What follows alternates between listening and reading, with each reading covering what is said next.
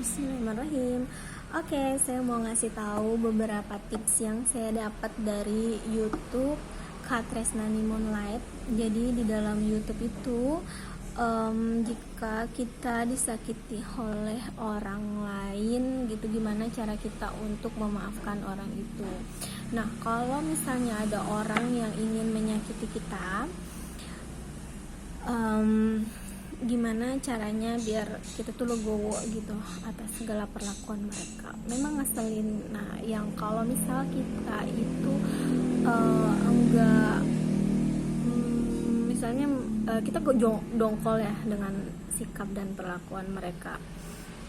Nah, yang menguntungkan itu diri mereka yang melakukan sama kita, rezekinya terus lancar. Nah, giliran kita yang mereka sakitin, terus kita ngerasa dongkol, kesel sama perbuatan mereka, yang ada kita nyumpahin mereka yang buruk-buruk. Nah, sumpah yang buruk-buruk itu akan kembali ke kita kan. Kalau misalnya kita nyumpahin orang yang baik-baik, akan kembali ke kita juga. Nah, jadi caranya kita tulis tuh semua kesalahan kita yang ada, unek-unek kita semua di dalam hati itu kita tulis di kertas.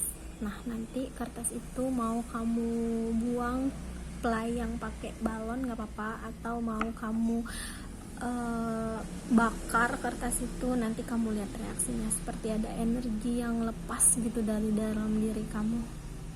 Nah, itu penting banget kita lakuin biar hati kita bersih dan kita itu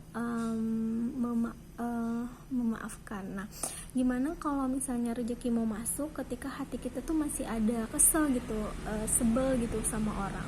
Nah, kamu harus percaya kalau karma itu pasti berlaku.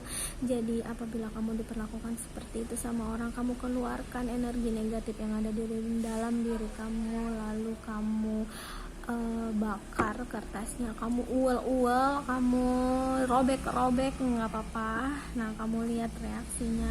Setelah itu hati kamu mungkin akan lega. Nah, dan saya pernah dan saya juga mengikuti channel Gus Braja. Jadi di channel itu gimana rezeki kita mau masuk ke dalam diri kita kalau misalnya hati kita masih belum bersih. Nah, kalau hati kita belum bersih, itu tuh belum bisa masuk. Nah, gimana caranya kita membersihkan hati kita untuk orang yang menyakiti kita, walaupun sebenarnya orang itu tuh nggak pernah meminta maaf sama kita, tapi dia menyakiti hati kita. Kalau emang itu caranya masih nggak bisa dan kita masih ada emosi sama orang itu, pada saat kita sholat, kita berdoa sama Allah, kita cerita dan kita luangkan untuk kita tuh ikhlas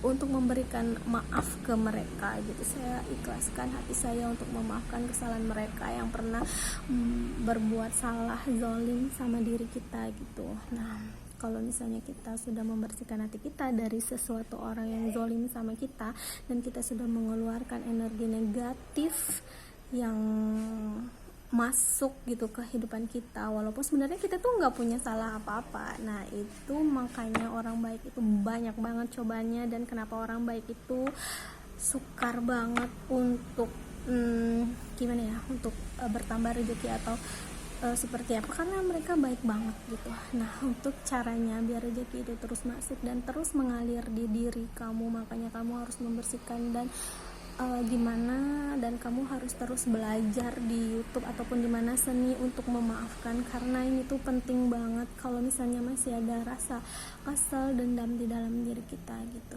Jadi dulu pun sama, saya juga pernah ada di kantor gitu, kayak saya selalu menyerahkan segala urusan saya kepada Allah Subhanahu wa Ta'ala. Jadi setelah saya keluar dari kantor itu dan saya dengar kabarnya suaminya meninggal, dan orang yang bersangkutan yang zalim kepada diri saya juga sekarang mereka juga sudah meninggal dunia gitu. Jadi ya seperti itu tipsnya. Jadi kita itu mengikhlaskan segala sesuatu apa yang maksudnya kita ikhlas gitu, ikhlas semua apa yang telah terjadi sama diri kita ikhlaskan. Itu semua memang sudah kehendak oleh Allah Subhanahu wa Ta'ala. Seperti daun yang jatuh ke bawah, tanah itu kan semuanya atas izin Allah, dan orang yang menzolimi kita atau orang yang berbuat tidak baik atau orang yang berbuat jahat sama kita, itu sebenarnya Allah itu pengen mengangkat derajat kita. Dan gimana caranya Allah mau mengangkat derajat kita di saat kita itu masih kesel gitu, enek gitu melihat orang itu gitu. Nah itu caranya, seni memaafkan. Saya juga pernah kalau misalnya saya memaafkan, gimana caranya memaafkan orang itu, dan ini tuh dia tuh bertubi-tubi gitu kan, menyerang kita, merusak mental kita.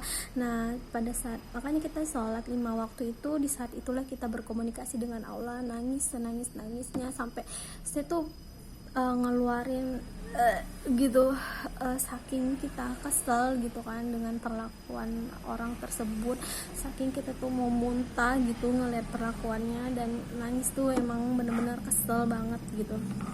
Nah itu salah satu tips dari saya, semoga bisa bermanfaat.